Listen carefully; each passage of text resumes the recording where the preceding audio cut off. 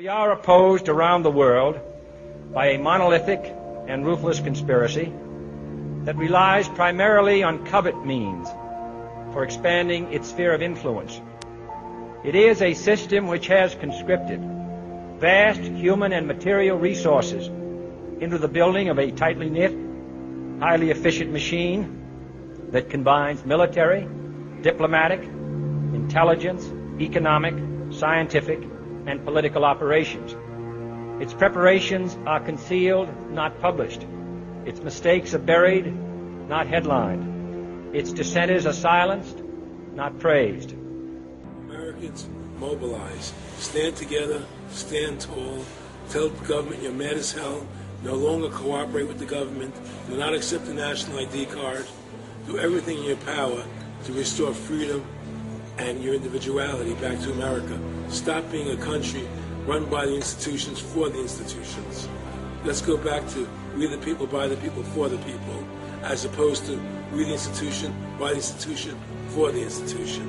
Stop being scared. We have to stand up and do what's necessary to take back, to stop these bankers, this elite, this government full of lies, congressmen full of liars.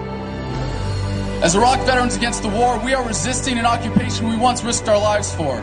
We swore to support and defend the Constitution of the United States of America, but we found out the hard way that the greatest enemies of the Constitution are not to be found in the sands of some far-off land, but rather right here at home.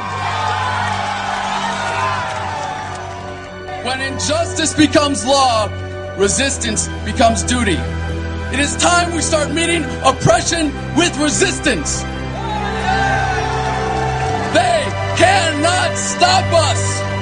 Humanity marches on. The utmost manifestation of love and devotion to America is today, as it always has been, resistance of tyranny.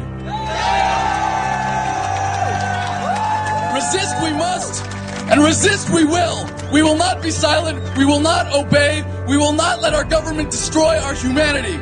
We will not wait another moment in fear to stand up for what we know to be right. It is time we start meeting oppression with resistance. Northwoods, explain that really quick.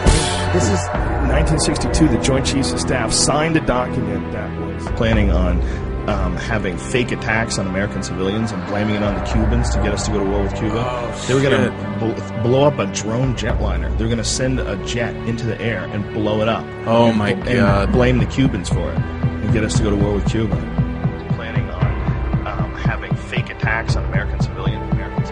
The time when the operation of the machine becomes so odious, makes you so sick at heart that you can't take part. You can't even passively take part. And you've got to put your bodies upon the gears and upon the wheels, upon the levers, upon all the apparatus, and you've got to make it stop. And you've got to indicate to the people who run it, to the people who own it, that unless you're free, the machine will be prevented from working at all. I served with Kilo Company, 3rd Battalion, 8th Marines as an automatic machine gunner. There's a term, once a Marine, always a Marine, but there's also the term, eat the apple, F the Corps.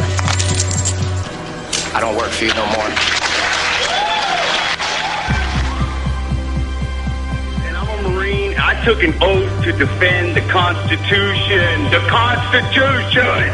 I didn't take an oath to defend these banksters.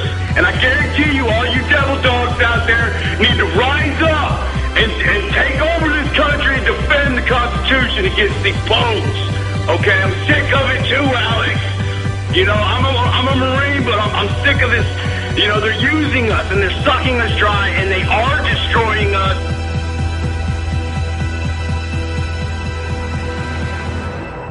People should not be afraid of their governments. Governments should be afraid of their people. Councils of government, we must guard against the acquisition of unwarranted influence, whether sought or unsought, by the military-industrial complex. The potential for the disastrous rise of misplaced power exists and will persist. We must never let the weight of this combination endanger our liberties or democratic processes.